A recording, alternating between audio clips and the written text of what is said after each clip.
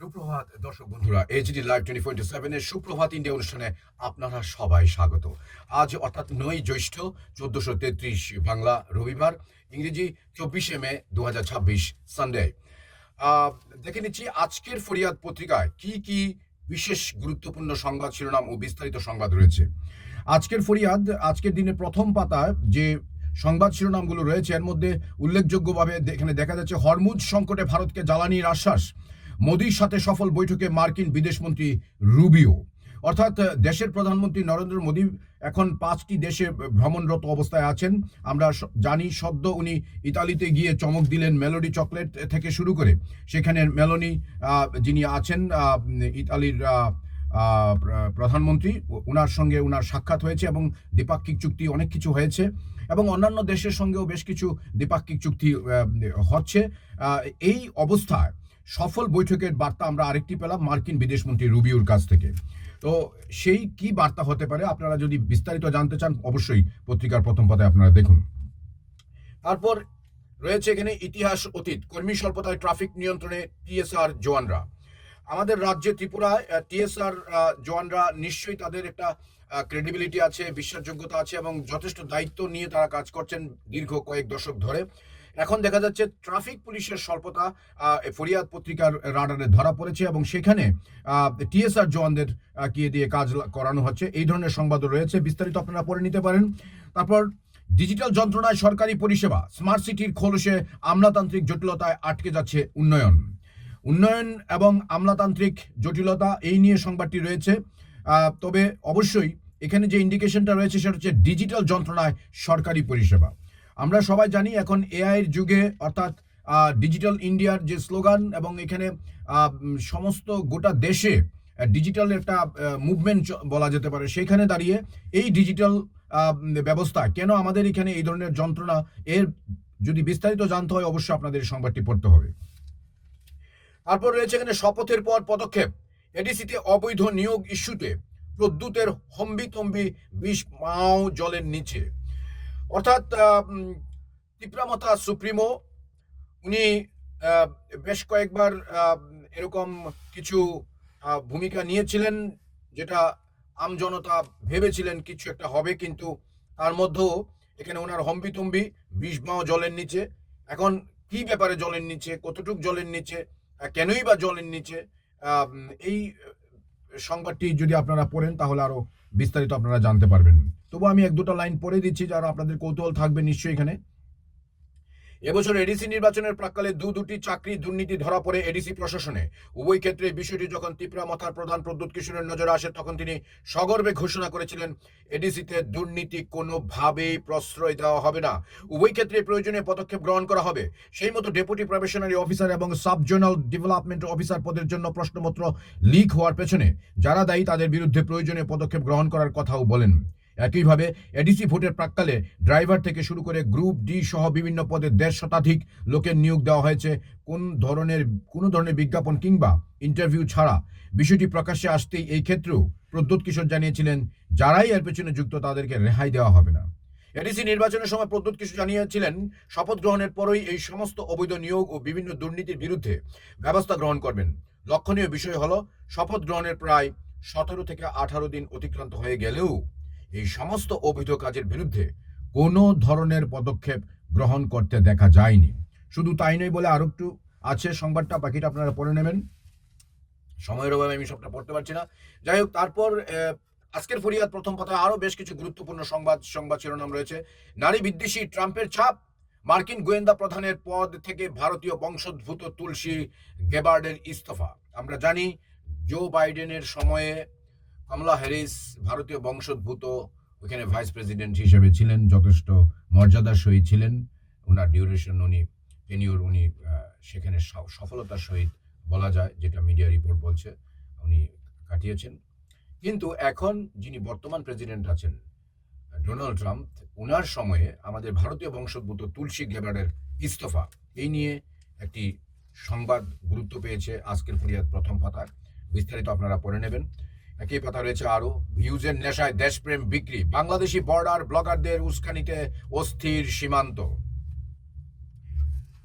Blogger সাথে বাংলাদেশি ব ব বা।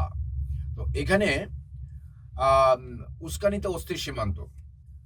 আপনারা সবাই জানি ভারত বাংলাদেশ ইন্দো বাংলা যে বর্ডারটা রয়েছে আমাদের ত্রিপুরা রাজ্যের আম, এবং বাংলাদেশের মাঝখানে, এইখানে 2024-এর 5ই অগাস্ট যখন আহ, তদানীন্তন বাংলাদেশের প্রধানমন্ত্রী শেখ হাসিনা সেখান থেকে নিজেকে বাঁচানোর জন্য, যেটা মিডিয়া রিপোর্ট বলছে, পত্রপত্রিকা বলছে, উনি ভারতে আশ্রয় নিয়েছেন।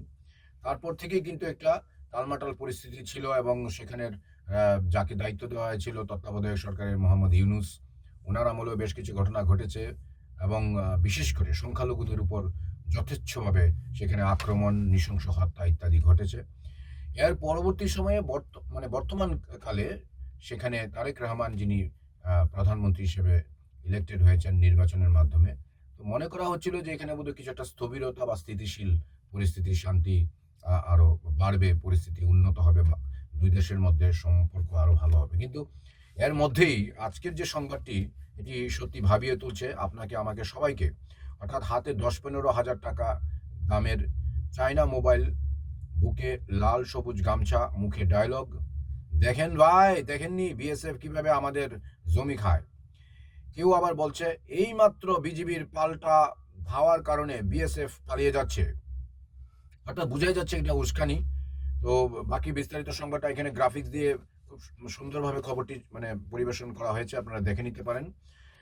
পাশে রয়েছে আরো সংবাদ, অবৈধ অনুপ্রবেশ ও ভুয়া নথি, স্কুলে ভর্তি নিয়ে উঠছে প্রশ্ন। অর্থাৎ ত্রিপুরা সহ দেশের বিভিন্ন সীমান্তবর্তী অঞ্চলে অবৈধ অনুপ্রবেশের অভিযোগ নতুন নয়, তবে সাম্প্রতিক সময়ে এই সমস্যার সঙ্গে যুক্ত হয়েছে আরও একটি উদ্বেগজনক দিক, ভুয়া নথি দেখিয়ে বিদ্যালয়ে ভর্তি হওয়ার ঘটনা। যে সত্যি এটাও একটা উদ্বেগের বিষয়। বাকিটা আপনারা 2-এর পাতায় সংবাদ রয়েছে, পড়ে নিতে পারেন। তারপর রয়েছে রাজ্যে সাম্প্রদায়িক সম্প্রীতি বিনষ্টের অপচেষ্টা, নেপথ্যে কোনো গভীর চক্রান্ত। ত্রিপুরা রাজ্যের শান্ত ও সৌহার্দ্যপূর্ণ পরিবেশে হঠাৎ করেই যেন এক অশান্তির কালো মেঘ ডানা মেলতে শুরু করেছে। রাজধানী আগরতলা সহ গোটা রাজ্যেই যে সম্প্রীতির আবহ রয়েছে, সেখানে আজ যেন এক চরম অরাজকতা ছায়া স্পষ্ট। পবিত্র উৎসবের প্রাক্কালে শহরের বিভিন্ন শপিং মলে ঈদ মোবারক পোস্টার লাগানোর উপর নিষেধাজ্ঞা জারির দুঃসাহস একদল যুবক দেখিয়েছে, তা শুধু নিন্দনীয়ই নয়, বরং রাজ্যের সার্বিক আইন শৃঙ্খলা ও ধর্মনিরপেক্ষ কাঠামোর উপর এক সরাসরি আঘাত। বিস্তারিত আপনারা এই পত্রিকা রয়েছে, বাকি সংখ্যাটা পড়ে নেবেন। 10 দিনে 3বার জ্বালানির মূল্য বৃদ্ধির দিশেহারা মধ্যবিত্ত। 10 দিনে 3বার, সত্যি মধ্যবিত্তদের উপর একটি বলা যায় প্রভাব তো ফেলবেই।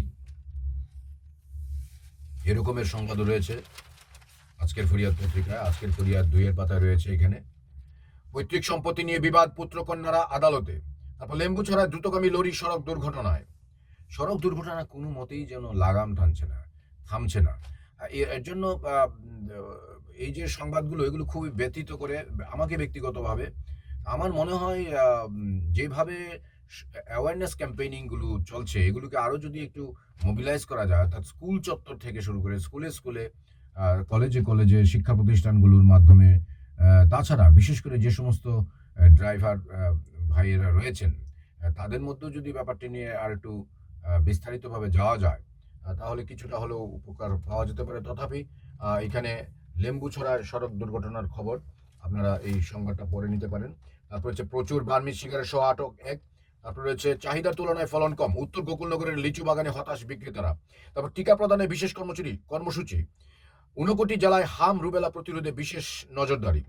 সদ্য মাতৃহারার পাশে বিশ্রামগঞ্জ ইলেকট্রিক এসডিও। তারপর তেলিয়ামুড়ায় বিজেপির প্রশিক্ষণ শিবির শুরু। তারপর মানব পাচার চক্রের ট্রানজিট করিডোর, প্রথম পাতার পরের সংবাদ রয়েছে এখানে। তারপর আজকের ফরিয়াদ 3-এর পাতায় রয়েছে অভিযোগের নিশানায় টিএসআর জওয়ান, নিখোঁজ সন্তানকে ফিরে পেতে এবারে মুখ্যমন্ত্রীর দৃষ্টি আকর্ষণ বৃদ্ধ দম্পতির। অর্থাৎ এখানে নিখোঁজ ছেলেকে খুঁজতে গিয়ে আক্রান্ত বৃদ্ধ পিতা, 12 বছর ধরে নিখোঁজ সন্তান, আর সেই সন্তানের খোঁজ করতে গিয়ে আক্রান্ত হতে হলো এক অসহায় বৃদ্ধ পিতাকে। চাঞ্চল্যকর এই ঘটনাটি ঘটেছে গোকুলনগর রাস্তার মাথা এলাকায়। অভিযোগের তীর স্থানীয় এক টিএসআর জওয়ানের বিরুদ্ধে। স্বাভাবিকভাবে এটি একটি খুবই ভাবিয়ে তোলার মতো সংবাদ। বিস্তারিত আপনারা পড়ে নিতে পারেন এখান থেকে। তারপর নেশামুক্ত সমাজ গড়তে ধর্মীয় চেতনা ও খেলাধুলার বার্তা। সো নেশামুক্ত সমাজ গড়তে ধর্মীয় চেতনা ও খেলাধুলার বার্তা, এই নিয়ে সংবাদটি রয়েছে। স্বাভাবিকভাবেই ত্রিপুরা রাজ্যে যে নেশার বারবারন্ত যে অভিযোগগুলো আমরা পত্রপত্রিকায় দেখতে পাই, এটাকে লাগাম টানার জন্য এখানে খেলাধুলার সাথে সাথে এখানে ধর্মীয় চেতনার ব্যাপারটাও আসছে। আপনারা বাকি বিস্তারিত সংবাদ পড়ে নিতে পারেন। তারপরে হচ্ছে ব্যাংকিং সম্প্রসারণে অগ্রগতি, ঋণ বিতরণে নীতিগত উদ্যোগ। তারপরে হচ্ছে মান্দাই ডন বস্কোর মূর্তি উন্মোচন অনুষ্ঠানে কৃতীদের সংবর্ধনা প্রদান। তারপরে হচ্ছে অসমাপ্ত সড়ক নির্মাণ নিয়ে স্পষ্টীকরণ দিলেন বিডিও। তারপর প্রকাশ্যে কেটে মাংস বিক্রি প্রশাসনের কড়া বার্তা। তারপর মরগাং পাড়া এডিসি ভিলেজের চিকিৎসা শিবিরে উপচে পড়া ভিড়। তারপর পরিত্যক্ত গাড়ি থেকে উদ্ধার অবৈধ কফ সিরাপ। আজকের ফরিয়াদ 4-এর পাতায় সম্পাদকীয় রয়েছে এখানে ভুয়া কৌশলী। তারপরে রয়েছে হেসেল রুটি বিভিন্ন স্বাদে কাবেরী দেবীর প্রতিবেদন রয়েছে, আপনারা পড়ে নিতে পারেন। জিভে কিন্তু জল এসে গেছে আমার। আশা করি বাকি সংবাদটা যখন আপনারা পড়বেন নিশ্চয়ই আপনাদের হেসেলে ঢুকতে ইচ্ছে করবে এবং বানাবেন, বানিয়ে আপনারা দেখতে পারেন। এবং বিশেষ করে আজকের ফরিয়াদ পত্রিকা এই ধরনের যে সংবাদগুলো আসছে, অর্থাৎ শুধু রাজনৈতিক সংবাদ নয়, খেলাধুলার সব সংবাদ নয়, এবং কি বলা যায় এটাকে, ব্যবসা বিজনেস ইত্যাদি সংবাদ নয়, এখানে যারা গৃহিণীরা রয়েছেন, যারা রান্নাঘরের কাজটা দেখছেন, যে সমস্ত শেফরা রয়েছেন, তাদের জন্য গুরুত্বপূর্ণ কিছু কিছু সংবাদ রয়েছে, ভালো লাগছে সত্যি। তারপর রয়েছে এখানে একই পাতায় মমতা নির্মমতা অভয়াকাণ্ড, দিদি প্রশাসনের নিষ্ঠুর প্রতিচ্ছবি, লিখেছেন সেন্টুরঞ্জন চক্রবর্তী। তারপর দুঃখ ও আনন্দের কারণ প্রকৃতি, অশোক কুমার হালদারের লেখা। তারপর তেলাপোকা, এখানে আরেকটি পাঠকের অভিমত রয়েছে, অর্থাৎ তেলাপোকা মানে আমরা যেটা বলি তেলিচোরা খাস বাংলায়, বা ইংলিশে যেটা আমরা বলি ককরোচ, বা আরশোলা আমরা বলি বাংলায়। যাই হোক, 5-এর পাতায়, আজকের ফরিয়াদ 5-এর পাতায় আরো বেশ কিছু গুরুত্বপূর্ণ সংবাদ রয়েছে। বিপুল নগদ কেলেঙ্কারি, নেপথ্যে মাদক সিন্ডিকেট নাকি বড় কোনো প্রতারণা চক্র। অর্থাৎ উত্তর পূর্ব ভারতের ত্রিপুরা রাজনৈতিক ও প্রশাসনিক অলিন্দে এখন একটাই চর্চা, এক পুলিশ কনস্টেবলের বাড়ি থেকে উদ্ধার হওয়া কোটি কোটি টাকার উৎস কি। সামাজিক মাধ্যমে ভাইরাল হওয়া টাকার বান্ডিলে বাতাস দেওয়া ও পূজা করার দৃশ্য শুধু আমজনতাকে চমকে দেয়নি, বরং রাজ্যের আইন শৃঙ্খলা ও দুর্নীতির এক কদর্য রূপকে সামনে এনে দাঁড় করিয়েছে। সত্যি ভাবিয়ে তোলে সবাইকে এই ধরনের সংবাদ। আরো বিস্তারিত এখানে, অর্থাৎ কোন প্রতারণার চক্র জড়িত এটার সাথে, এই যদি আরো বিস্তারিত জানতে চান অবশ্যই খবরটা আপনাদের পড়তে হবে। তারপর সীমান্ত এলাকায় নজরদারি জোরদার, শিশুদের MR টিকাকরণে বিশেষ গুরুত্ব। তারপর রয়েছে জ্ঞান বিচিত্রার বই প্রকাশ। তারপর গণতন্ত্রের কণ্ঠরোধের চেষ্টা জোরালো করছে বিজেপি, দাবি প্রদেশ কংগ্রেসের। তারপর NIT গার্ডিয়ান ফোরামে রজত জয়ন্তী। তারপর রয়েছে আরো সংবাদ শিরোনাম, বড় স্বপ্ন দেখো, কৃতি ছাত্রছাত্রীদেরকে আহ্বান, কৃষকদের হাতে আধুনিক সরঞ্জাম ও দিব্যাঙ্গদের পাশে বিধায়ক। তারপর বক্সনগরের গবাদি পশুর হাটকে ঘিরে শুভেচ্ছা ও সম্প্রীতির বার্তা তোফাজ্জল হোসেনের। তারপর পাহাড় সফরে এডিসির মুখ্য কার্যনির্বাহী সদস্য খোঁজ নিলেন আমবাসার প্রত্যন্ত এলাকার। আজকের ফরিয়াদ 6-এর পাতা রয়েছে মাঠের খবর, শ্রেয়সে 17 রানে জয় ফিরল পাঞ্জাব। তারপর রয়েছে জাতীয় ক্রীড়ানীতি মেনেই চলবে ভারতীয় ফুটবল সংস্থা ইত্যাদি সংবাদ শিরোনাম। অবশেষে ভারতে বিশ্বকাপ দেখার সম্ভাবনা উজ্জ্বল হচ্ছে। অর্থাৎ দিনের খেলা রয়েছে মুম্বাই বনাম রাজস্থান সময় 3টা 30 মিনিটে, KKR বনাম দিল্লি সময় 7টা 30 মিনিটে আজকের খেলা। তারপর আরো সংবাদ রয়েছে খেলার খবর, বিশ্বকাপের আগে বিতর্কে এমবাপে। তারপর রয়েছে দিল্লি কলকাতার ডু অর ডাই ম্যাচে মাঠে থাকছে আরো বড় ধামাকা। তারপরে পূজার 7 উইকেট শিকার ব্রাইট ক্লাবকে হারিয়ে দ্বিতীয় জয় হাসিল করলো মৌচাক। কর্নেলে পরাস্ত বিদ্যাসাগর ইত্যাদি সংবাদ রয়েছে। তারপর আজকের ফুরিয়া 7-এর পাতায়, অর্থাৎ এখানে 8-এর পাতার প্রথম পাতার পর বেশ কিছু সংবাদ রয়েছে।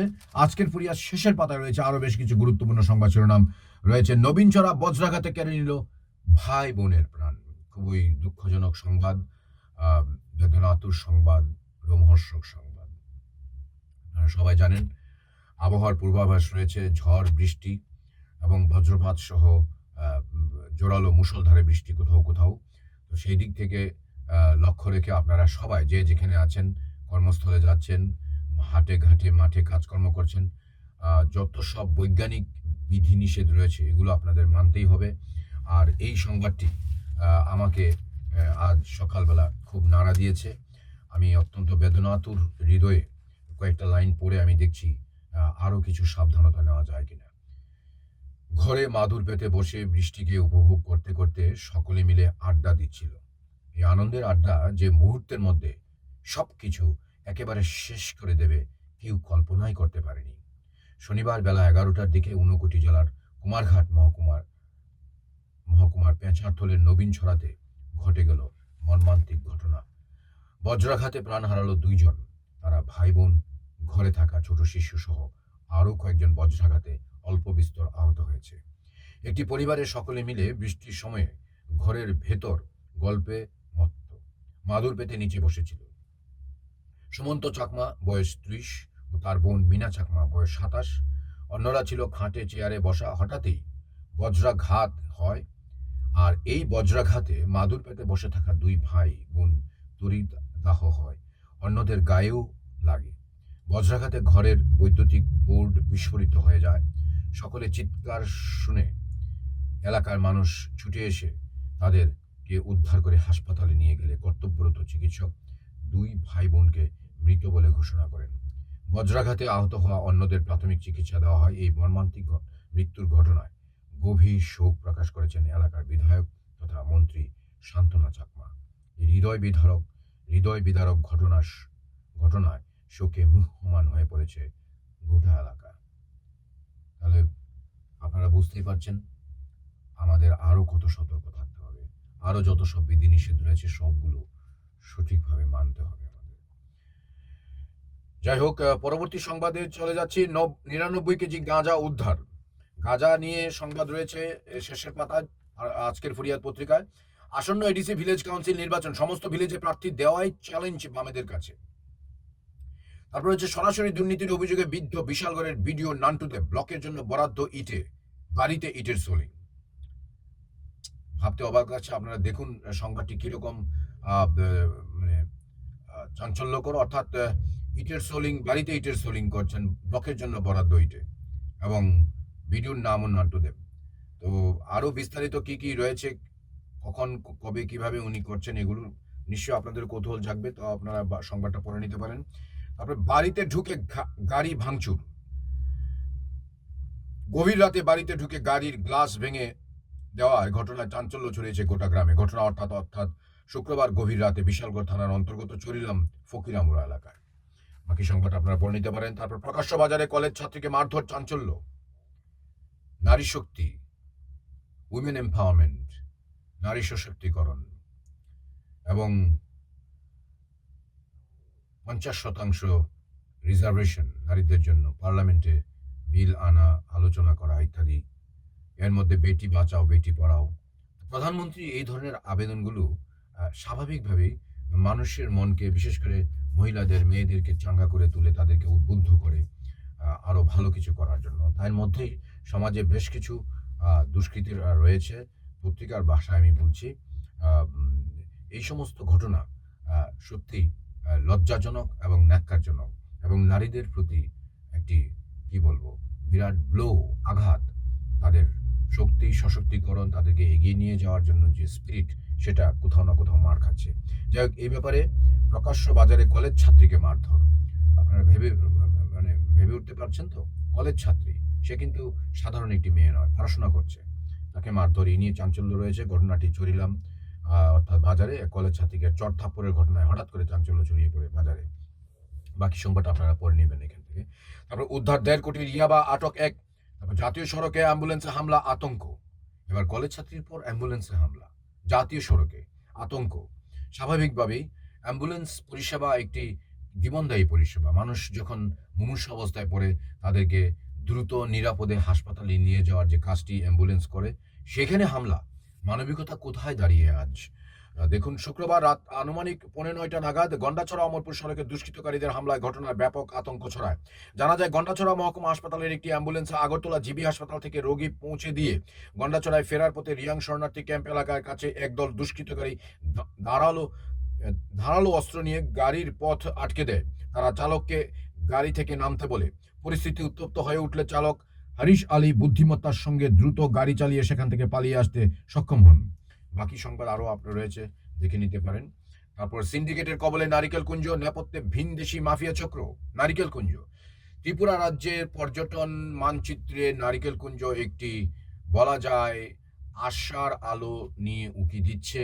এবং যেভাবে আমাদের রাজ্যের পর্যটকরা সেখানে যাচ্ছেন, বহিরাজ্যের পর্যটকরা আসছেন এবং বিদেশি পর্যটকরা পর্যন্ত এখানে আসছেন, রিপোর্ট রয়েছে। সেখানে দাঁড়িয়ে এই জায়গাটিকে কালিমালিপ্ত করার জন্য যে ভিনদেশি মাফিয়া চক্র সেখানে সক্রিয় রয়েছে, এই সংবাদটি স্বাভাবিকভাবেই পর্যটন ক্ষেত্রে একটি ব্লো বলা যেতে পারে, একটা আঘাত বলা যেতে পারে, হোয়াট এভার। তো কিরকম রয়েছে এবং আরো বিস্তারিত কি কি তথ্য রয়েছে আপনারা পড়ে নিতে পারেন। যাই হোক দর্শক বন্ধুরা, এজিটি লাইভ 24/7-এ আজকের ফরিয়াদ পাঠ এখানেই সমাপ্ত। আমার সঙ্গে এতক্ষণ থাকার জন্য আপনাদের সবাইকে অসংখ্য ধন্যবাদ। আজ রবিবার, দিনটি খুব ভালো কাটুক, আপনাদের এই শুভেচ্ছা রইল। সবাইকে নমস্কার। যত্ন হামবাই আমাদের পরিবেশিত এই সংবাদটি দেখার জন্য ধন্যবাদ। Chinio Koktoma Naima Bagui Belai Hambai ये न्यूज़ कंटेंट देखने के लिए शुक्रिया। अगर आपका कोई सुझाव है तो हमें कमेंट कीजिए, सब्सक्राइब कीजिए AGT live 24/7। Thanks for watching AGT Live 24/7.